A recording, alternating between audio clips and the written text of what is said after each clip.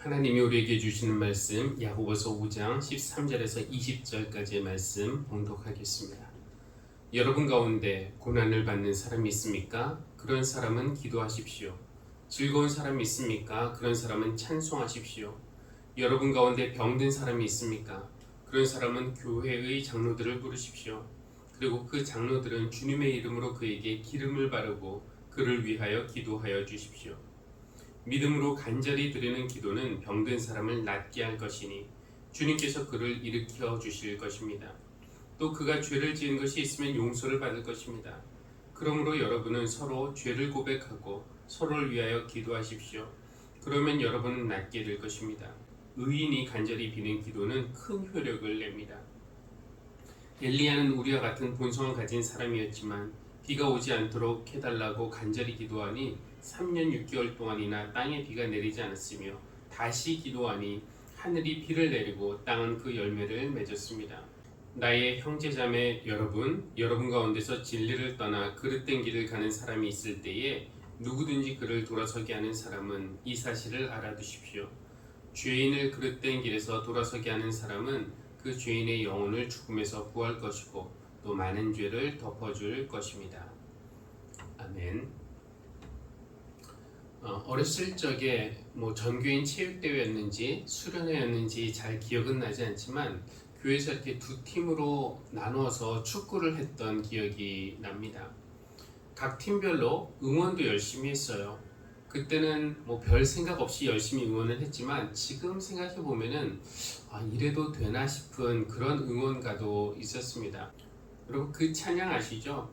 예수 이름으로 승리를 얻었네. 단골 응원가인데요. 우리는 교인끼리 하는 그 친선 축구에 마치 목숨이라도 건듯이 예수님을 각각 자기 편이라고 주장을 했습니다. 예수 이름으로 승리를 얻었네. 문제는 3절인데요. 가사가 예수 이름으로 마귀는 쫓기네. 듣고 있던 상대 팀이 기분이 나쁘겠죠.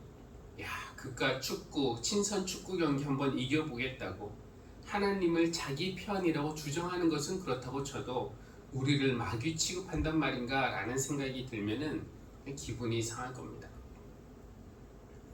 그래서 하나님은 내 편이시다. 이런 말은 조심해서 해야 하는 말입니다.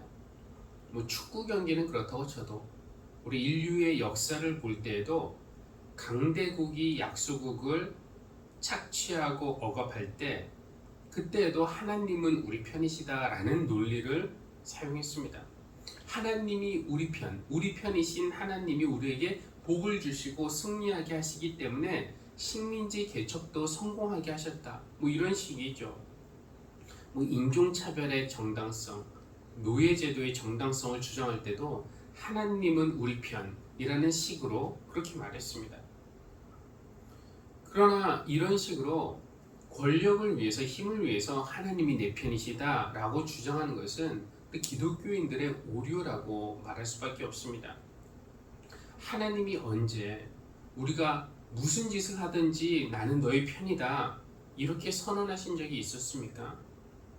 우리 하나님은 우리 편이라고 말할 수 있는 경우는 내 자리를 포기하고 우리가 하나님 편에 섰을 때 그때만 하나님이 우리 편이시다라고 말할 수 있는 것이지 자신의 욕망을 채우는 그 자리에 서 있으면서 하나님은 내 편이다 이렇게 주장할 수는 없는 겁니다.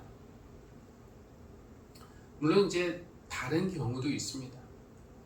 내 인생에 큰 고통이 찾아올 때, 큰 두려움이나 깊은 외로움에 빠질 때, 혼자의 힘으로는 견디기 힘들다라고 느껴질 때, 그래서 이 세상에서 마치 나 혼자 있는 고아처럼 아무도 나를 보살펴 주지 않고 내 편이 되어주지 않는 것처럼 느낄 때 문득 그럴 때 나는 혼자가 아니지 하나님이 내 편이시지 라는 그런 어떤 확신이 우리 마음에 쑥 찾아오면은 비록 나를 지금 둘러싸고 있는 문제들이 당장 해결되는 것은 아니지만 그래도 두려움이 사라지고 평안이 찾아옵니다.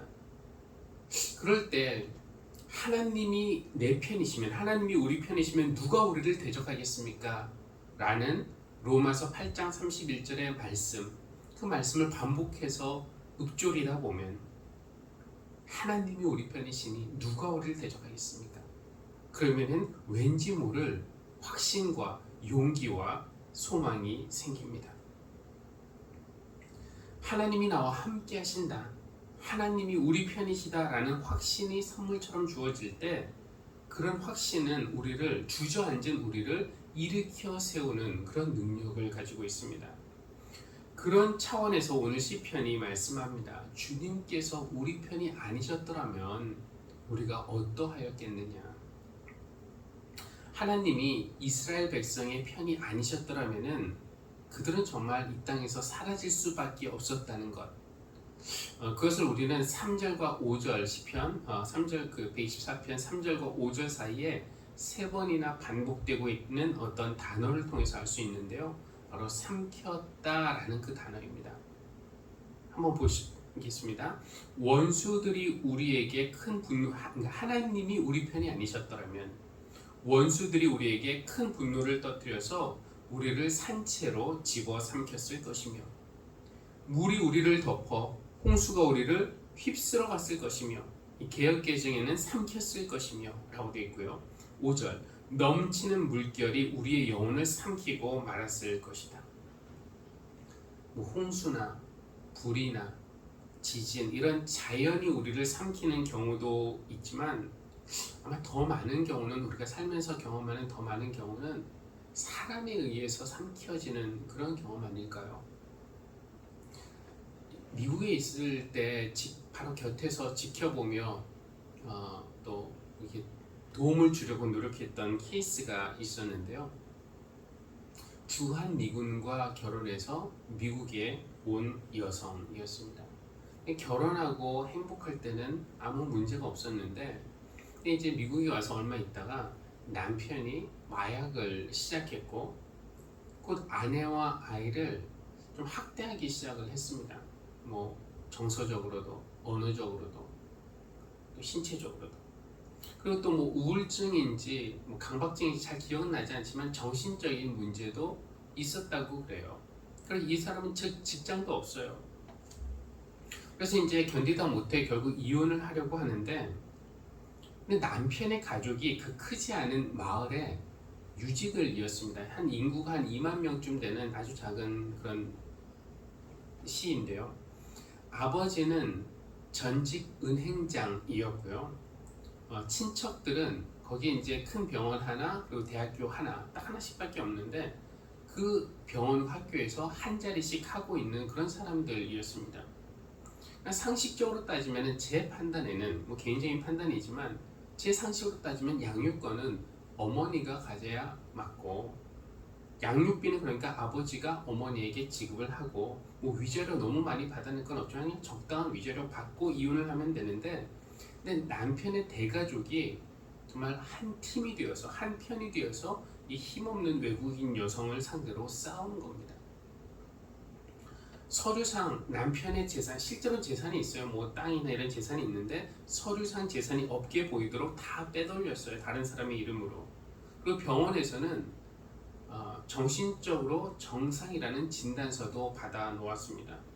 그러니까 법원에서 서류상으로 보면은 실제로는 약물 중독이고요, 직장이었고 폭력적이고 정신적인 문제가 있는 사람인데 별 문제가 없는 것처럼 보이고, 오히려 영어도 못하고 직업도 없는 이 외국인 여성에게 아이를 키울 능력이 없는 것처럼 보이는 겁니다. 서류상으로는. 가족이 한 팀이 되어서 이런 일들을 꾸민 겁니다. 결론은 어떻게 되었는가? 그 여성이 위자료 한 푼 제대로 못 받고 아이 빼앗기고 집안에서 거의 쫓겨나듯이 이혼을 당한 겁니다. 정말 화나고 기가 막힌 일이죠. 이런 것이 삼켜지는 그런 경험 아닙니까? 영세업자들이 대기업의 횡포 때문에 피해를 보고 망해서 결국 가게 문을 닫을 수밖에 없는 그런 상황.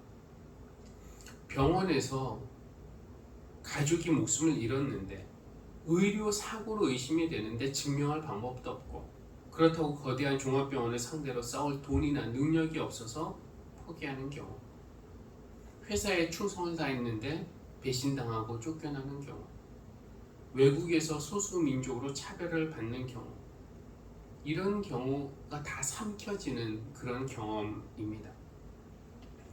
에스더 때에 유대인들도 그랬는데요. 유대인들을 사륙하려고 하던 그 하만이라는 사람의 음모 때문에 페르시아의 방방곡곡에 흩어져 살던 유대인들이 다 삼켜질 뻔했던 그런 일이 있었습니다. 뭐 짧게 말씀을 드리자면은 지금으로부터 약 2500년 전 유다 나라는 이미 망했고 유대인들은 페르시아 제국 전역에 흩어져서 살고 있었습니다. 뭐 소수 민족이었지만 자기들만의 독특한 그런 종교 전통을 고수했기 때문에 어디서나 유대인 눈에 띄었고 주변 사람들과 종종 충돌하면서 미움을 받게 됐어요. 처음에는 그저 감정적으로 유대인들을 싫어했던 사람들이 나중에는 그들을 아예 없애버리고 싶을 정도까지 된 겁니다. 하만이라는 사람도 그런 사람들 중에 한 명이었습니다. 그래서 하만은 치밀한 계획을 세웠고 왕의 조서도 다 받아 넣었고 전국에 그 조서를 다 돌려놨습니다. 그 내용은 뭐냐면은 몇 날 며칠 몇 시에 일제히 유대인들을 죽여라. 왕이 허락했다는 거죠. 이제 정해진 날과 시간만 되면은 페르시아에 사는 모든 사람들은 합법적으로 유대인들을 죽일 수 있었습니다. 유대인들이 그 땅에서 삼켜지는 것은 시간 문제였어요. 그때 등장하는 인물이 에스더입니다. 유대인 출신으로 페르시아의 왕비가 된 에스더는 죽음을 무릅쓰고 왕에게 나가서 하만의 음모를 알렸고 오늘 7장에서 읽은 것처럼 결국 하만은 처형되고 말았습니다. 우리가 뭐 자세히 이렇게 이야기를 말씀드리지 않아서 감동은 별로 느껴지진 않겠지만 유대인들이 위기에서 벗어나게 된 것은 정말로 극적인 일이었습니다. 왕의 그 인장 반지로 도장이 찍힌 조서는 불가역적, 이거 바꿀 수 없는 일이었고요.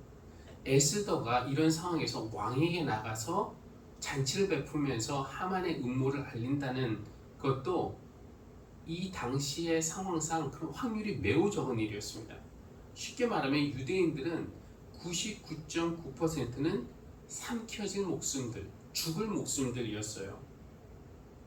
상황을 역전시키고 민족이 살아남을 수 있는 확률이 거의 없었는데 그런 불가능의 확률을 뒤집고 살 수 있었던 것은 하나님이 그들의 편이 되어주셨기 때문입니다. 이런 민족적인 경험을 했으니 시편 124편의 그 말씀이 그들에게 얼마나 특별했겠습니까? 이렇게 말합니다. 주님께서 우리 편이 아니셨다면 원수들이 우리를 치러 일어났을 때에 우리를 산채로 삼켰을 것이다. 정말 그랬을 겁니다. 그런데 이 시편에서 삼켰다라는 말만 반복되는 것이 아니라 7절을 보니까 또 반복되는 말이 있는데요. 벗어났다는 말입니다. 이렇게 돼 있죠. 우리의 영혼이 사냥꾼의 올무에서 벗어난 새같이 되었나니 올무가 끊어짐으로 우리가 벗어났도다. 비록 이 에스더기에는 하나님이 직접 등장하지 않으시고요. 하나님이라는 단어도 한 번도 사용되고 있지는 않지만 이스라엘 백성은 알고 있었습니다. 자기들이 삼켜질 뻔했던 위기에서 자기들을 벗어나게 해주신 분은 역사의 무대 뒤에서 모든 것을 주관하시는 하나님이시라는 것을 말이죠. 관객의 눈에 보이는 주연 배우는 아니었지만 무대 뒤에서 모든 것을 지휘하고 감독하는 총감독 하나님이 그런 분이라는 것을 알았기에 그들은 고백할 수 있었습니다. 8절에서 우리의 도움은 천지를 지으신 여호와의 이름에 있도다. 아멘. 여러분 중에 위기에 빠지신 분이 있습니까? 어려움 당하시는 분이 있습니까? 힘든 사람, 주저앉은 사람이 있습니까? 사랑하는 교회 여러분, 늘 기억하십시오. 하나님이 우리와 함께 하신다는 것을, 우리의 도움은 다른 곳에 있는 것이 아니라 하나님에게 있다는 것을. 그래서 야고보서도 이렇게 말씀합니다. 5장 13절에 보니까 여러분 가운데 고난을 받는 사람이 있습니까? 그런 사람은 기도하십시오. 지금 힘들고 어려운 것, 내 문제를 해결할 수 없는 그 고난이 우리 앞에 있다면 그것은 기도하라는 하나님의 부르심이다 라고 생각해도 좋을 것입니다. 근데 그런 경우도 있죠. 아까 우리가 불렀던 찬양처럼 마음이 지쳐서 기도할 수 없는 그런 경우도 있습니다. 몸이 너무 아프고 힘들면은 앉아서 기도하기 위해 앉는 것조차 힘들고요. 마음이 낙심되고 지치면은 기도할 마음조차 생기지 않습니다. 그럼 그럴 때는 어떻게 해야 될까요? 야고보 사도는 이렇게 권면합니다. 14절, 그런 사람은 교회의 장로들을 부르십시오. 그냥 혼자 힘으로 다 해결하려고 하지 말고, 못하겠다고 포기하지 말고 기도의 도움을 요청하라는 겁니다. 우리 교회는 장로님이 안 계시기 때문에 청할 사람이 없다고 생각할 필요는 없습니다. 목사에게, 사모에게, 권사님들에게, 믿음의 선배, 동료들에게 우리가 얼마든지 기도의 도움을 청할 수 있습니다. 그러면 이런 청함을 받은 사람은 어떻게 해야 됩니까? 그 장로들은 주님의 이름으로 그에게 기름을 바르고 그를 위하여 기도하여 주십시오. 저는 이 부분이 중요하다고 여겨지는데요.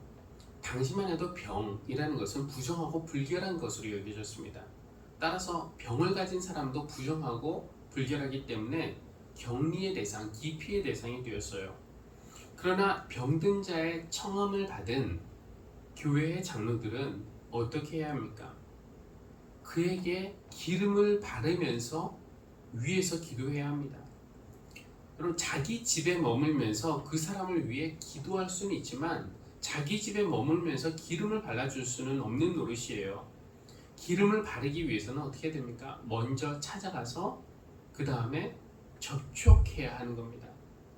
그러니까 그런 행위, 찾아가고 접촉하는 그런 행위는 이 병이 그 한 개인의 문제만이 아니라 우리 교회 전체의 관심이고 기도 제목이라는 뜻입니다. 교인 한 사람의 아픔은 그만의 아픔이 아니라 우리 전체의 아픔이 됩니다.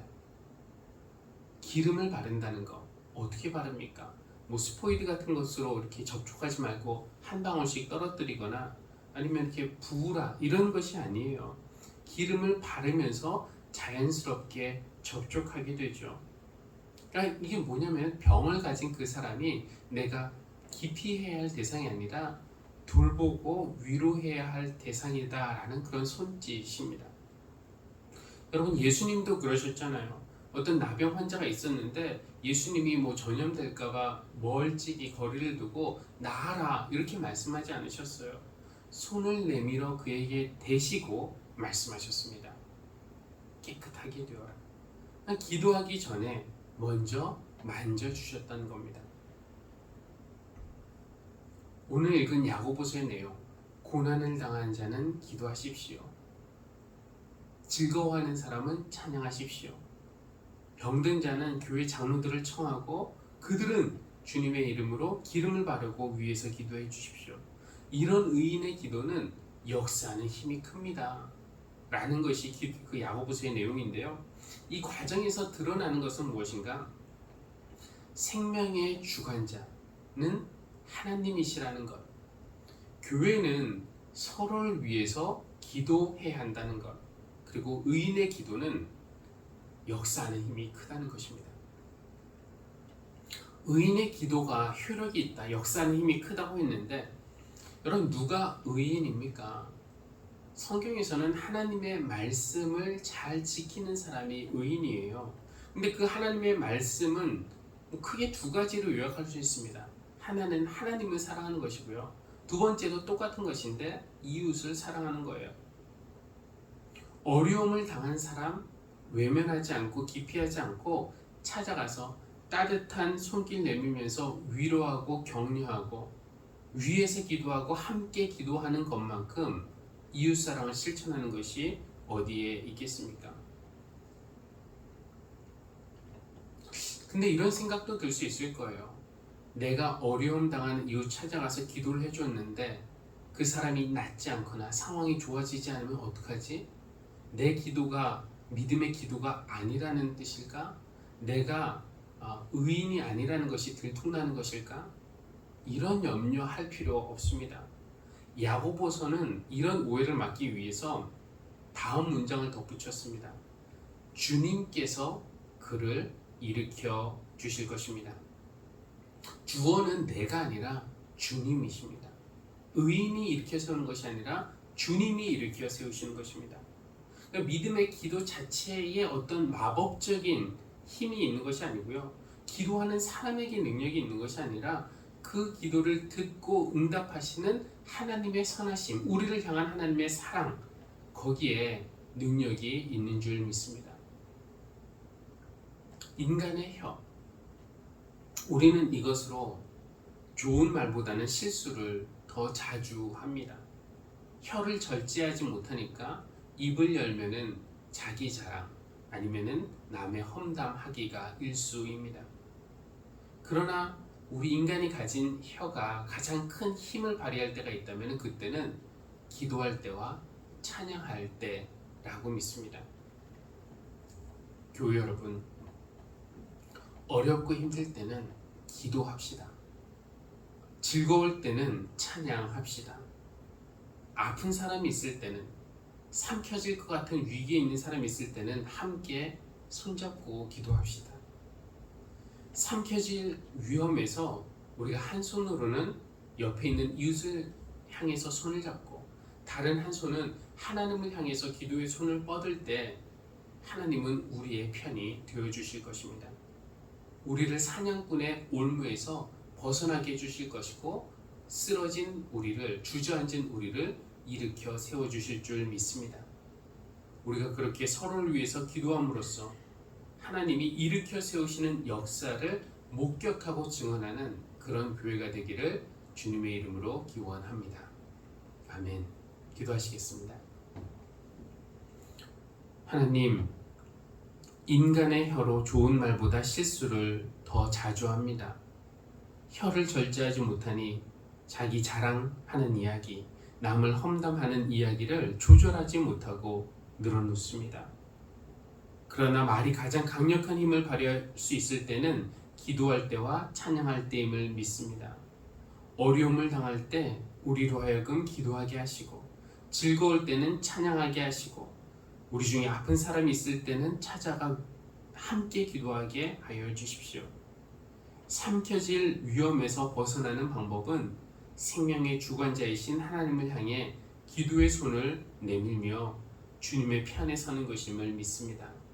그러면은 우리의 기도를 들으시는 하나님께서 우리를 사냥꾼의 올무에서 벗어나게 하시고 또 아픈 자들을 일으켜 세워주실 줄로 믿습니다. 감사드리며 예수님의 이름으로 기도합니다. 아멘.